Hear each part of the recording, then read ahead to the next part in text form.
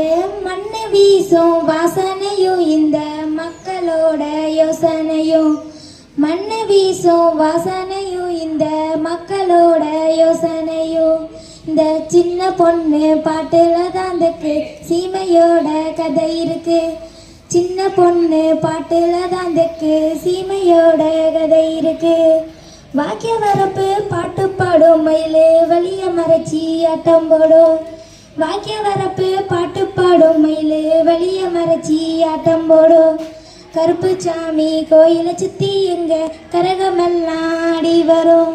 கருப்பு சாமி கோயிலை சுத்தி எங்க கரகமெல்லாம் ஆடி வரும். மண்ணு வீசும் வாசனையும் இந்த மக்களோட யோசனையும். சின்ன பொண்ணு பாட்டுல தான் தக்கு சீமையோட கதை இருக்கு.